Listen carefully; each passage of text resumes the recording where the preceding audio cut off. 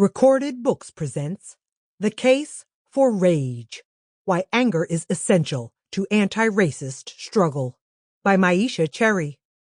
Narrated by Tracey Conyer Lee. Preface.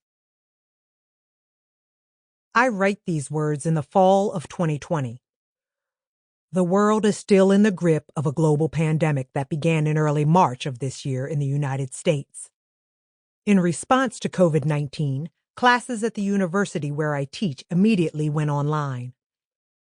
I prepared myself as best I could for this new normal of academic life. The course I taught that spring was a social philosophy course, Struggle and Protest. My students and I attempted to make sense of the nature of resistance and arguments for its justification, as well as the role of anger and hope in the face of what seems like perpetual struggle. I had never taught online before. Most of my students had never taken an online class. It was a new experience for us all. I was ever so conscious of the unique challenges my students, who are predominantly people of color, and first-generation college students, would have during this tough time. How could they focus on philosophical questions when they and people who looked like them were losing their jobs, falling ill, even dying? Difficulties that data reveal were highly correlated with race. The course, unfortunately, could not have been timelier. As our semester went on, anti-racist protests were occurring around the world in response to the police killings of Breonna Taylor in March and George Floyd in May. Video footage revealing the details of the killing of Ahmaud Arbery appeared in March. 2 months earlier, white men chased him down and murdered him in a case of jogging while black.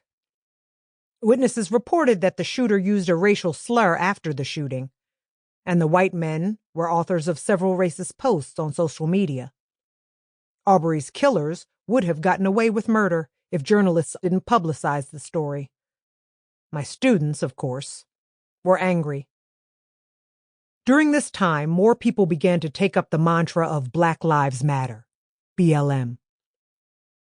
This uptake was quite different from when Alicia Garza, co-founder of Black Lives Matter, originally expressed it online in response to the shooting of Trayvon Martin in 2012. This time, it appeared that America was finally getting it. People publicly incited All Lives Matter retorts less and less. Businesses released online statements in support of Black folk. Institutions took up the challenge to become more diverse and inclusive. And allies in other countries marched in solidarity, as well as protested racism occurring on their own soil. However, police shootings of blacks continued. A white teenager was arrested for killing 2 Kenosha, Wisconsin protesters. He was eventually released on $2 million bail, paid for by a pillow entrepreneur and a 1980s sitcom actor. Hate groups like the Proud Boys went public later in the year. A Republican legislator in New Hampshire told people on Facebook to burn and loot homes with BLM signs. A 24-year-old white man was charged with ethnic intimidation in Michigan for shooting into a family's home because they had BLM signs in their window. Racism can be quite resilient. British-Nigerian actor John Boyega, known for his role in various Star Wars movies, used his platform to speak out against racial injustice. Speaking with pain and anger at a London rally organized to protest the shooting of George Floyd, he said, "Look, I don't know if I'm going to have a career after this, but F that.